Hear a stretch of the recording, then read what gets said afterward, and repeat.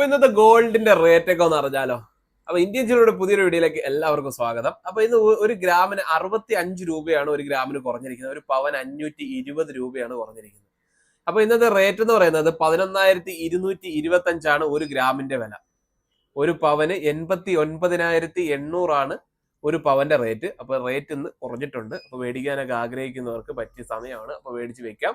അതുപോലെ തന്നെ പഴയ സ്വർണ്ണാഭരണത്തിന് നല്ല വിലയുണ്ട്.